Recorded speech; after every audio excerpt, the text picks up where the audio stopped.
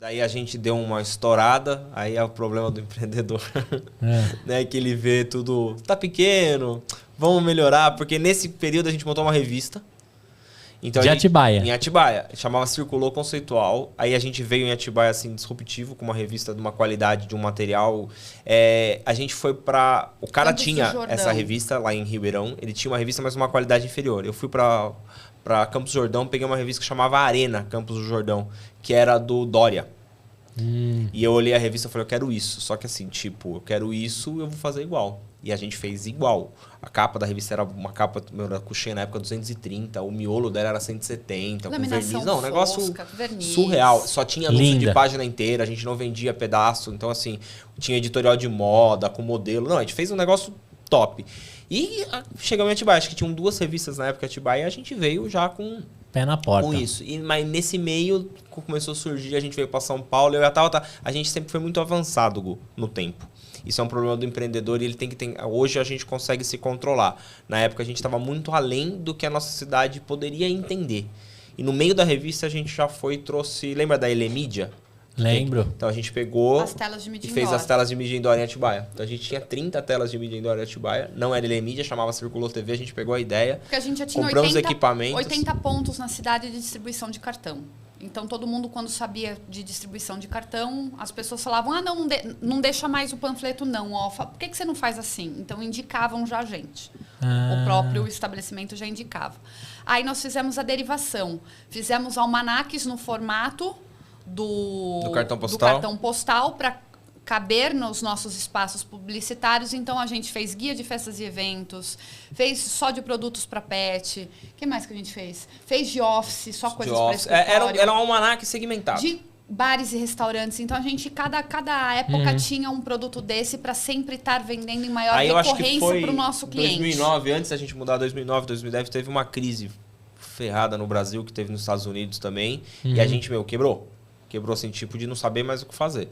E a gente lá com o escritório, aí com tudo, aluguel atrasado, vida de empreendedor. Aí a gente conseguiu se levantar de novo. Aí em um ano a gente foi para um prédio maior. Aí a gente começou, aí a gente deu uma alavancada muito grande. Aí a gente estava cheio de funcionário. Aí a empresa circulou, ela deu uma boa crescida. E isso vocês reportavam royalties lá para Ribeirão? Até os caras fecharem. Eles fecharam primeiro que eu. Eu fiquei com a marca só pra mim, por um bom tempo. O Dalton, ele me ligou, era Dalton o nome dele, eu lembrei agora. Ele me ligou e falou, a gente vai fechar aqui. Ele quebrou lá, eu tava devendo pra gráfica, devendo pra tudo. Daí a gráfica que fazia pra gente, que era deles, não fazia mais. Aí a gente pôde procurar outras gráficas pra fazer. Aí liberou a Aí empresa. Eu fiquei com a marca, tanto é que eu acho que eu fui um dos últimos a fechar. Depois quem comprou a marca veio conversar com a gente pra tentar fazer esse resgate, mas não conseguiu. O resgate de tipo... tentar ter vínculo com royalties, mas não era um contrato de fato, era meio que na verdade, verbal, pra gente, tá? a gente teve sorte na época que deu uma concessão de uso de marca pra gente. E depois ele vendeu franquia pros outros. E aí os outros eram obrigados a fazer tudo com a franquia. A gente não. Tava fora. A gente tava fora. Na verdade, o cara, sem querer, foi super legal com a gente e a gente conseguiu andar sozinho. E ajudamos depois as outras franquias. Então ficou bem esse tempo e a gente, cresceu, acho que na cidade todo mundo conhecia a marca, né? Porque a gente já era conhecido. Só que você pulou na parte que é da tela de mídia indoor, que a gente já estava com os pontos, e eu falei, não basta mais ser só isso, a gente tem que trazer a novidade, que foi a parte das TVs. Que a gente foi buscar uma sociedade para fazer, porque a gente até então entendia que o investimento era caro, não só de sistema, mas computador e a TV na época. Fomos, enfim, tentaram passar a gente para trás nessa sociedade e a gente ficou assim meio chateado, porque já estava começando, né, com 10 TVs. A pessoa falou pra gente, a gente entrou junto, porque ele tinha esse sistema, ele já era do audiovisual, né? E a gente não, a gente tinha os clientes, ele falou, a gente coloca 10 telas na cidade junto, 5, começa, e a partir de colocar as 10 que tiver anunciante, a gente cobra, tinha uma manutenção de sistema, de tudo. Gente, duro, como sempre, empreendedor. Aí ele pegou, a hora que chegou nas 10, Gu, ele veio trocar ideia com a gente, mandou um boleto pra mim, mas muito caro. Eu falei, meu, que boleto é esse? Ele falou, não, porque tem que pagar o sistema. Eu falei, mas não tá funcionando, o combinado é esse. Não, então se você não consegue pagar, eu fico com as suas telas. Eu lembro que era assim, ele falou que a mensalidade do sistema é como se fosse você, Gu. Você fala assim, ó, a hora aqui é R$500, a gente vai fazer uma sociedade, então eu pago 250, você paga 250. Foi o combinado, só que a gente estipulou isso depois da instalação e depois da prospecção de novos contratos. Mas ele só esqueceu desse ajuste. E ele mandou o boleto pra gente, eu lembro que era de R$1.250 na época, que era 250. Ele pagava metade, a gente pagava metade. Não, e depois a gente foi descobrir que o sistema custava R$60. E ele falava que custava 500. Então é um rolo, né? E a gente caiu nessa, só que a gente tinha os pontos, então a gente conhecia todo mundo. Então eu ia lá e pedia pra você, posso pôr uma televisão aqui? Aí você falava, pode pôr, porque já tinha o display. Então ele não ia conseguir, porque o cara era de fora, ele não ia conseguir abrir. Quando deu esse problema, a Tabata, isso eu tiro o chapéu pra Tabata assim, ela olhou pra mim e falou assim, a gente não vai desistir, a gente vai começar uma nossa. Eu falei, como? Eu já tinha desanimado, total. Aí ela falou, eu vou avisar todas as pessoas que a gente colocou a televisão que a gente não faz mais parte dessa parceria. Porque eu abri portas com você, entendeu? Você deixou devido à Tabata. Então eu falei, olha, Gu, tô vindo aqui, quero agradecer você ter aberto portas para mim, mas qualquer coisa com relação a esse projeto eu não faço mais parte. Eu tive um desentendimento e estou te avisando porque eu não quero mais nenhum vínculo, mas eu estou fazendo o meu. Você tá fazendo o seu? Tô. Então tá bom. O pessoal ligava na hora e pedia pra ele tirar a televisão pra gente ter o espaço pra gente de volta. E aí a gente conseguiu. Não fui eu que pedi isso. Foi a própria base, que era sua. A base, que era minha. E aí, quando a gente mudou, eu lembrei agora, a gente fez uma edição de uma revista Animal, que ficou top, só que as páginas da revista estavam se soltando. A cola acho que não foi bem feita, e isso deu um problema gigante pra gente, que a gente teve que revender essa mesma revista pra levantar essa grana.